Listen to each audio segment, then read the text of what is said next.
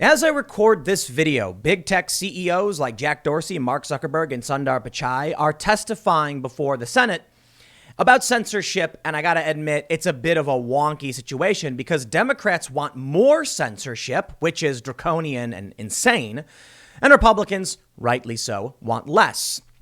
I want to remind you about a video. It is a glorious video of great importance of a woman holding a phone very close to her face, screaming, "We are losing our democracy!" And then she screams at the top of her lungs. And then I want to tell you about the projection and the lies and how I see the Democratic Party is destroying democracy in this country. Let me just make a few very simple points. I'll read a little bit about what's going on with the suppression, but I want to talk about the bigger picture, the Hunter Biden scandal. The Republicans have done everything by the rules. It's unfortunate. They only play by the rules. And I say that because the Democrats use loopholes and manipulations of the rules.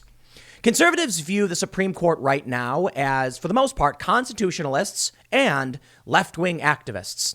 And I think it's not entirely fair, but it's not unfair, to say the least. When I look at the Democratic Party and I see the actions they're taking, it is violations of rules and standards to benefit themselves. Case in point, we had a Democratic senator telling Mark Zuckerberg, I believe it was Zuckerberg, or the tech CEOs, you must censor the Hunter Biden story. It should not be allowed. While the conservatives are like, how dare you censor the Hunter Biden story? But here's the issue. The Hunter Biden story is in the rules. You're allowed to do this. They change the rules and selectively enforce them to benefit Democrats. You tell me that if Donald Trump gets elected, we are losing our democracy. But so far, the Republicans have only played by the rules to their own detriment. It is shockingly absurd when I hear people say that Republicans are ruthless and cutthroat and Democrats are just too good natured. That's really what they say. While I want you to imagine something. Imagine you call someone on the phone and say, I don't think you should vote for this person because they did boo, and then the phone cuts off. And they say, you should not be sharing this information. Is that what the Democrats think is appropriate? Yes. These platforms that we use, Twitter, Facebook, etc., these are not just places where they get to choose who's allowed to be there. They're supposed to be open spaces we can all freely move in and out of and communicate with each other. But imagine if you had an open public space. Imagine it this way. It's actually been upheld that you do have a First Amendment right on private property in certain circumstances. If you are publicly open space, at least this is my understanding going back to Occupy Wall Street, then the private owner can't set special rules banning you for certain reasons. The bigger issue here is the infringement upon the commons. If there was a field with a fence around it and they said, if you agree to our terms, you can come in, and everybody came in and they threw some people out, I'd say, well, that's a private lot. I don't think, you should be allowed to do whatever you want on someone's property. But what happens if that company started buying up more and more land and there no longer was a town hall and the president was in that space? I'd say, while previously what you were doing qualified with private property protections, you've now infringed upon the commons. The president is speaking. I would like to hear him and voice my opinion. And they say no. Well, now we've got a serious infringement of our rights. But I want to talk to you about democracy. You see, you've got big tech censoring information that is within the rules, and you've got the media guarding them. The Wall Street Journal opinion, Gerard Baker writes, media watchdogs aren't supposed to guard Biden. If the Democrats win, will America's free press become an instrument of state propaganda? Will they become? Already are, for the most part. I mean, look, the left says that Fox News is a state propaganda outlet, even though Fox News platforms Democrats. They don't watch Fox News. This is what I'm sick and tired of. I'm sick and tired of them projecting everything. And they do this really creepy, it's like an Alinsky tactic, accuse your opponent that for what you are actually doing or whatever. And they do it well. They say the Republicans are moving the goalposts. When Amy Coney Barrett got confirmed, it's because the Republicans have the Senate and the presidency. It's that simple. Those are the rules. So the Democrats have proposed now changing the rules of the Supreme Court because they're mad they lost. This is them cheating and tearing apart democracy. When Jack Dorsey and Mark Zuckerberg side with leftists agreeing that people should not have access to information, that's them cheating. Because in the real world, people do have access to information. They are allowed to read the newspaper. Imagine if the New York Times printed a bunch of newspapers, but the car company that the truck company that manufactures their trucks says, no, these are our trucks. Look, most cars run some kind of internal software. Well, you violated the terms and conditions of that software, so we're going to shut down these trucks. You would not have access to your information. I know these analogies are not perfect. The point is, I can respect the rock and the hard place the tech companies are facing, where the Democrats demand more censorship and the Republicans demand less. But we should be erring on the side of liberty. Yet it is the Democrats that are erring on the side of ending our right to know about Hunter Biden, for instance, falsely calling it Russian disinformation. It's not. Tony Bobulinski has come out on the record on Tucker Carlson. They are suspending our rights. The tech giants are on their side, gladly doing it. Because the tech giants don't fear the Republicans. You know why? Because the Republicans only do things by the rules. Maybe not only, maybe not always. I'm not a fan of the Republicans. I don't think they get things done, and I'm not a fan of their policies. But I'll tell you this. Amy Coney Barrett was not them cheating or packing the courts. It was them winning an election and then saying, we have the power to do it. We're going to do it. Now, I understand. You could say, but don't the Democrats, if they get the Senate, have the power to pack the courts? Sure. Okay. All right. Well, I don't know how much time we have left in this here cycle, but there's a lame duck session coming up. How about we do this? Republicans, you currently control the Senate and the presidency. Why don't you pack the Supreme Court right now? Add 50 justices and appoint them all at the same time. And then just do every day for the next 2 months. Confirmed. Is that the point? No, that would be breaking the system.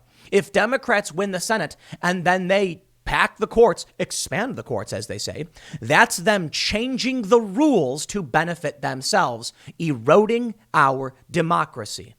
Now, of course, I can already hear the collective wails, but Tim, we haven't always had 9 justices. So they argue. We used to have fewer federal districts, federal circuits, in which case we added justices to match the 9 circuits we had at a time. Now we have 13, and they say we must add 4 more, just to be fair. That's a great number, 4. You know why? Because right now it's a 6-3 conservative majority. You add 4 liberals, it's a 7-6 liberal majority. Isn't that funny how that works? Well, that's their argument, at least some of their argument. I've seen some conservatives, notably Will Chamberlain, tweeted, if the Democrats want to change a 150-year-old norm, which is to pack the courts, term limits have only been around for 70 years. Isn't that crazy? They're people's grandparents. I think my grandparents are older than term limits for the president. How about that?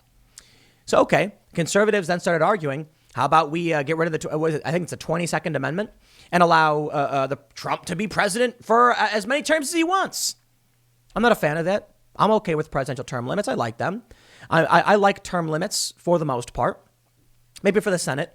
Maybe it makes less sense for the House, but maybe the House needs maybe 5 terms, whatever. The point is, why are we just going to sit here and listen to them talk about changing the rules, talk about them acting outside of standards to empower themselves? This reminds me of that saying. I mentioned this on the IRL podcast a couple days ago.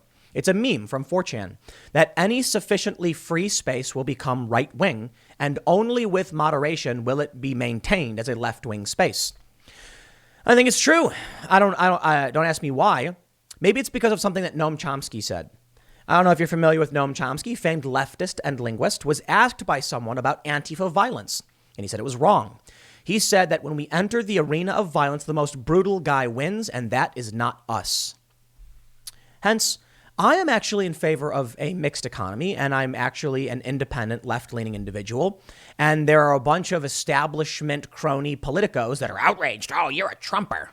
Yeah, I don't care what you think, dude. I care about, are we playing fair? Are the rules standardized? And can we actually solve our problems?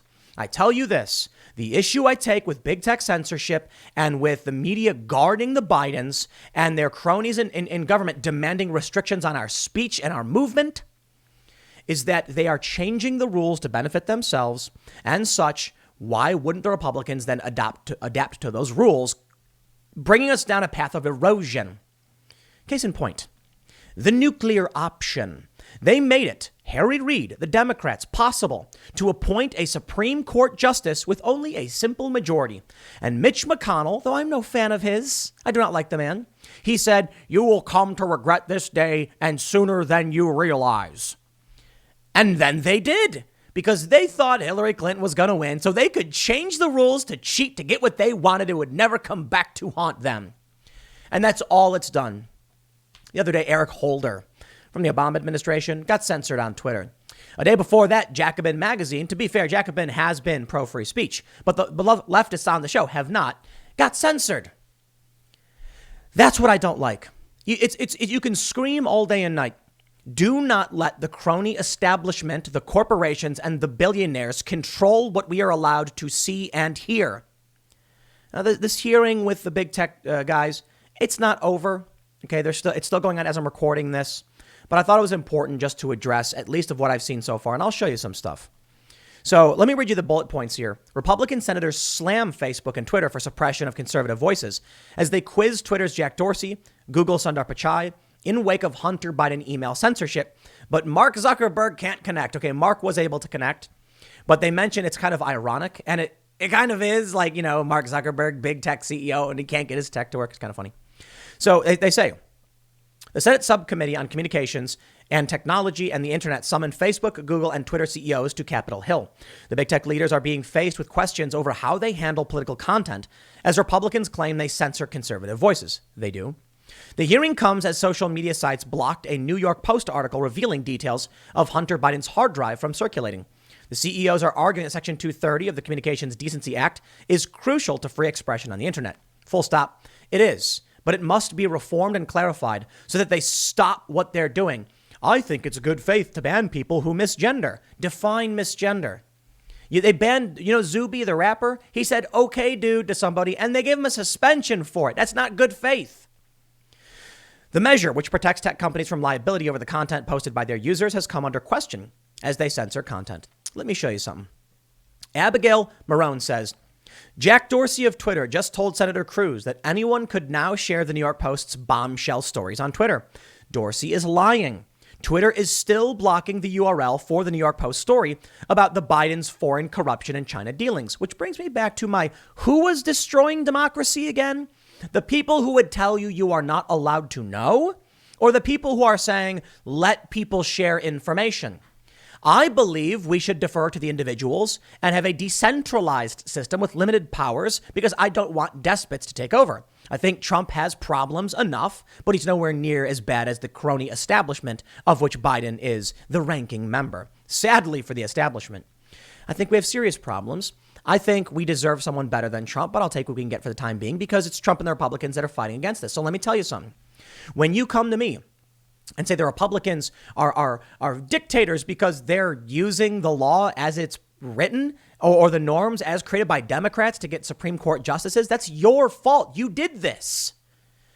When you've got Republicans saying, I believe individuals have the right to share information, I say, hear, hear.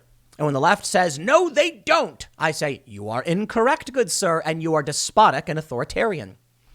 Now, with that in mind, I'll briefly mention there are many right-wing individuals furious that I would dare platform Vosh, the anti-fascist socialist, on my show.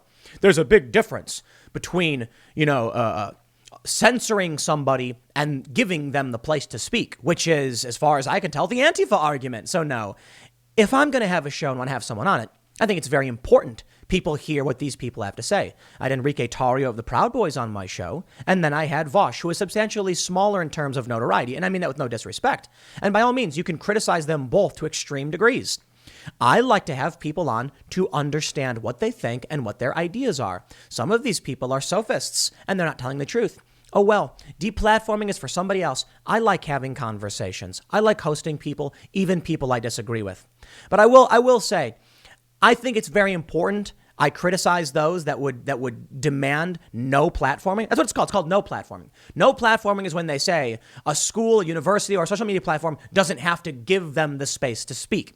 It's different from deplatforming. I disagree with no platforming. I'm in favor of platforming. And some people said, Tim, will you have the far right on? Of course. I mean, Enrique Tarrio, in my opinion, isn't far right because I don't know how you define far right, but some might say he was. So I had an anti-fascist guy on. I'm sick of the duplicitousness, but I will be fair in saying it is overwhelmingly a product of the establishment left. Just because there are some Trump supporters and conservatives who are mad that I'm platforming people does not mean it is predominantly their problem. But I think it's important to call out. Why? Well, I'm trying to be fair. I'm trying to support a principle and not a tribe. And that means I'm going to have on people that you probably won't like. And you know what, man? I think the only reason my show works in the first place, like anything I do, is because I'm not going to be bullied by people into who I can or can't interview. And that includes Enrique Tarrio of the Proud Boys, which the left was not happy about. They were shocked. How dare you? And I'm seeing all the outrage over Alex Jones. Oh, man. All the blue checky activists are like, how dare you platform Alex Jones, Joe Rogan? And I'm like, Alex, come on over. Look, I don't debate people, which means I don't prepare. I don't pull up a bunch of stuff. I just have conversations. And that means I'm wrong often because I'm going to let you down a secret. I'm just some dude who turned the camera on and started talking about stuff and reading the news. Don't expect too much. I know. What am I supposed to say? The point is, I want ideas to flourish. I want people, the good ones. I want bad ideas to be crushed, which means we need to platform people. We need them to be able to post to Twitter. I want the wackos to be on Twitter and Facebook saying all their wacky things. I'd like to point to a cartoon from Freedom Tunes you should check out about Jack Dorsey and censorship. And this is following the New York Post story. I think Seamus from Freedom Tunes exemplifies this perfectly. In his video, it is Jack Dorsey standing guard at a door for a club. And a journalist says, I've got this huge story about Hunter Biden. He goes, well, we can't just let fake news in. You know, we have to be very strict. And then at one point, a guy in a straitjacket screaming about the Russians. They're everywhere. He's like, right this way, sir. And he lets him in. That's what I'm talking about. I want to see all of these leftists screaming that they think Russia owns everything. I want to see Joe Biden on 60 Minutes where he was like, it's Russia, man. My kid's not guilty. It's Russia. Because they sound like raving mad lunatics.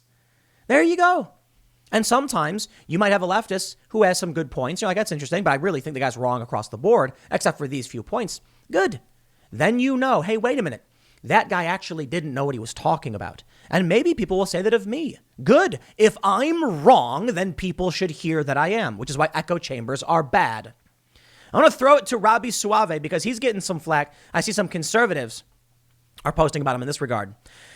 Robbie says, Ted Cruz suggests that Twitter has a duty to let users circulate the New York Post story. Brian Schatz suggests Twitter has a duty to prohibit this. Hard not to have some sympathy for the companies. There is literally no way to avoid infuriating one potential regulator or the other. He's right. And it's unfortunate because everything I'm saying about they must err on the side of free speech, the left is saying they must err on the side of restrictions. And they feel the same way. The issue, they are wrong. I'll tell you why they're wrong. Because we are a country that believes in liberty and individual freedoms. If they don't like it, well, then that's a problem.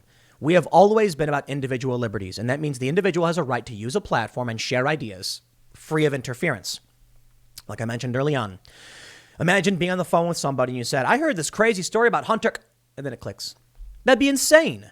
What's the difference? And they would say, well, Verizon has no, their obligation to let you use their service.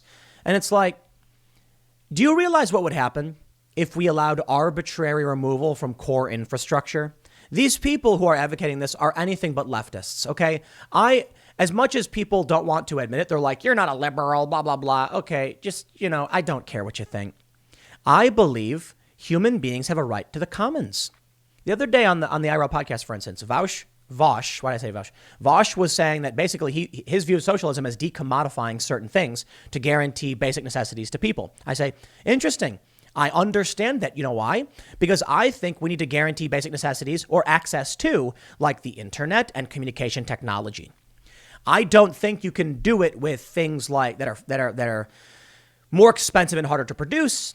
And I don't think we just guarantee internet to people in a certain capacity. But I'll tell you one thing. We have food banks where people can donate and where some public funding goes to making sure people who go hungry get access. We have welfare benefits like EBT, which means if you are hungry, you can get access to these basic necessities. That exists. And the same is true for the internet. You can go to a library and use the internet. I like these things.